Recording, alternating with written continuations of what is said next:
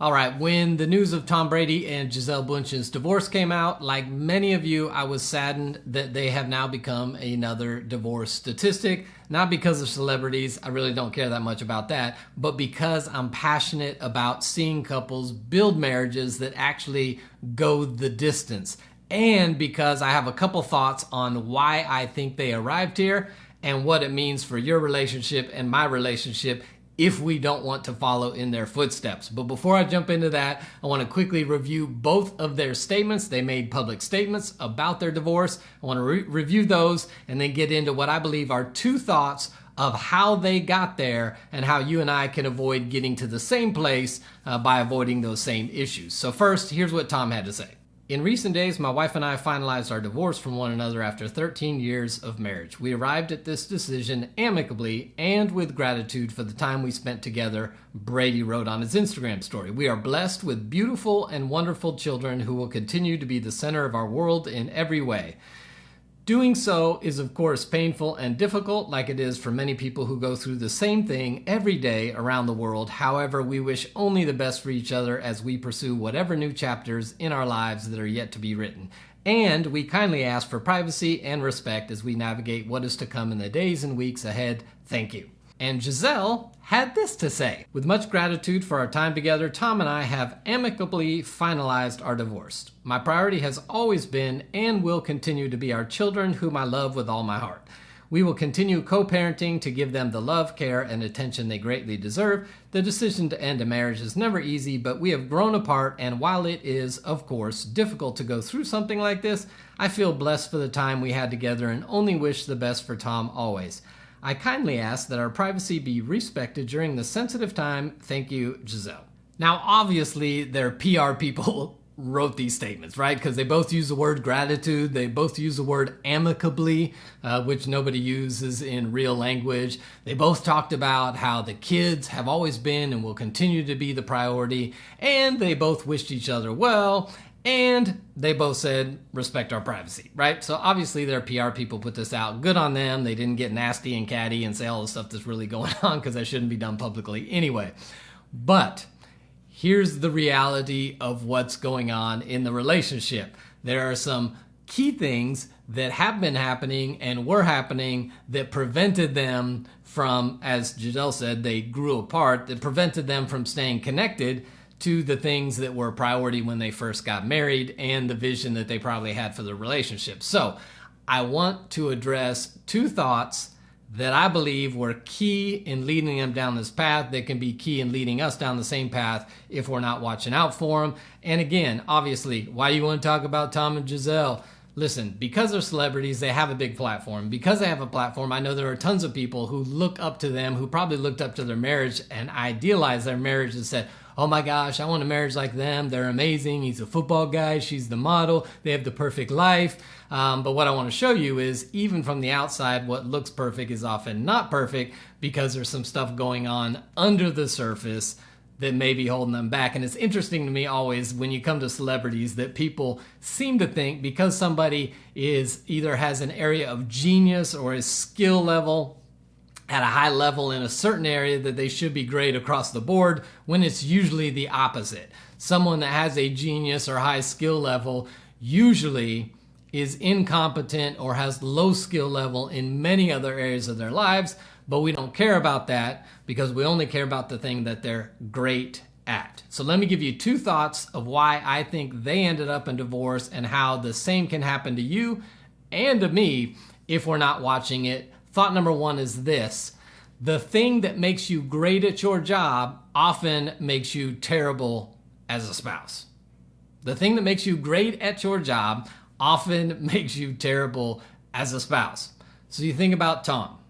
Tom was a phenomenal football player, maybe the best ever. He's in the argument for best ever. And he was quarterback, which means he's basically the on-the-field general that's calling all the shots, the one that's in charge. I'm guessing at this point in his career, certainly the last 5, probably 10 years, Tom has probably not had anybody, player or coach or owner, who could step in and give him pushback on something because he's in charge, and certainly not the other players on the team, because when you're the quarterback, you start with the ball. And if you're a running back, or you're a wide receiver, guess what you need? You need to get that ball so you can perform in order for you to get paid and have a job. So you're not going to give Tom a whole lot of pushback because he's the guy you're depending on to be able to keep your job and make your money.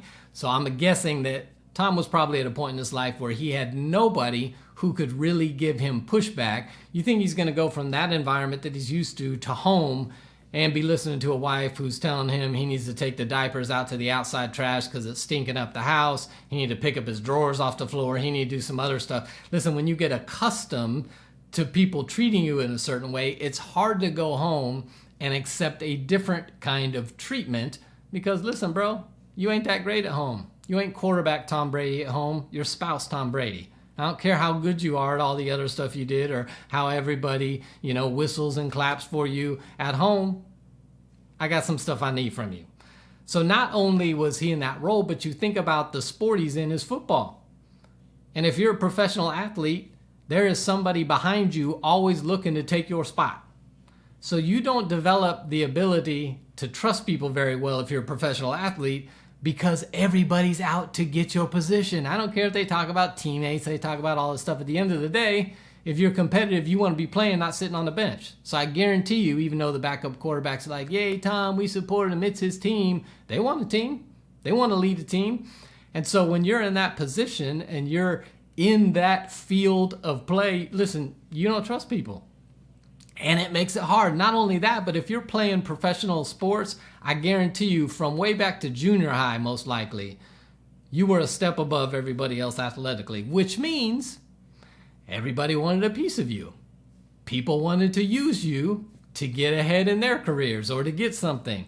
Not only that, but if you were good enough, people handed you everything. They're going to help you pass classes because they need you on the field. They're going to give you free stuff because they want to be around you. So at some point you become entitled when everything's been given to you and it just becomes a part of who you are. I don't care who you are. It's hard to fight against that stuff. So when you think about the skill set that it took for Tom to be on the field, probably didn't translate well to home because the skill sets needed to be a good husband.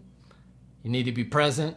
You need to be able to emotionally and relationally connect at times. You may need to be submissive to your spouse. You may need to be selfless. You may need to sacrifice and serve. Those probably aren't the same skills that help you be an elite football player. I guarantee you never, since Tom was probably 10 years old, did he ever walk into a locker room in which another man came in and said, hey guys, I'm having a terrible day, a terrible week. I just feel really emotionally down. And all the fellas rallied around and hugged him and said, we got you. We can do this. Never happens in a male locker room ever. So you think that guy who has grown up in an environment that's basically like, oh, you're hurt? Keep playing. Oh, you don't feel good today? Play anyway. Oh, you're struggling with some relational stuff at home? Tough luck. We need you to be present and to be great because other people depend on it and their families are depending on your performance. That level of pressure, those skills do not translate well to being a good spouse. Now, what about you? It may be that some of the skills required at your job, some of the focus required at your job, some of the leadership, some of the things you have to do on your job do not translate well to you being a good spouse at home. Can I get a witness? Prosecuting attorneys. It ain't fun to be married to you. Even when your spouse is 100% right, they will lose the argument to you every single time. Coaches and trainers, your spouse does not want to be trained or coached. They're your spouse. Those married to a counselor, your spouse does not want to hear your wise counsel as it pertains to the relationship. They want a regular spouse. So some of the skills, listen, some of you analysts who are paid to find problems, to be hypercritical, to notice everything that's wrong. That's not very enjoyable to be married to you, where you're super critical of everything and everything has to be a certain way. So part of the problem that Tom and Gisele had in their marriage is the skills that made him a great football player do not make him a great spouse. And it may have been he had a hard time or impossible time turning that off or turning that down. So in your marriage, my question would be, Are there some skills or maybe focus or mindset or attitudes that work well for you at work but need to be turned down or turned off when you get home in order to have a great marriage? The second thing I would say when it pertains to Tom and Gisele's marriage and your marriage and my marriage is whatever you feed grows. Period. Football was Tom's priority for 3 decades. That was the thing he fed all day, all night. And you do not become an elite level QB like he is unless you eat, sleep, breathe football all day, all night, all the time. I'm not saying his relationship wasn't a priority, but I promise you it wasn't the priority. And then I'm guessing when you got kids at home, when he was home, the priority is the kids and the family. And there probably wasn't a whole lot of time without the kids and the family because you don't want to be gone all the time and then come home and be like, hey, I'm taking my wife and going out. Kids, you stay here because you feel an obligation to be around your kids. And you probably want to be around your kids. But whatever you prioritize in your life is what will grow and thrive.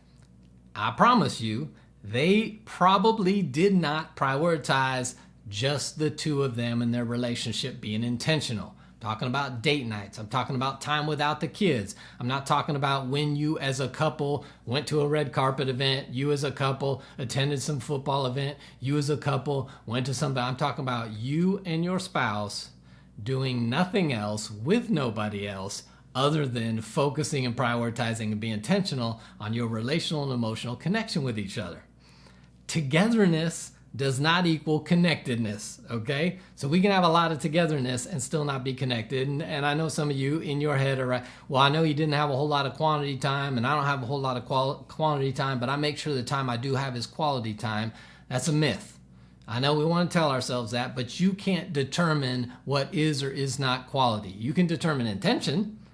I took this amount of time and I was intentional with it and I prioritized it, but you can't determine quality.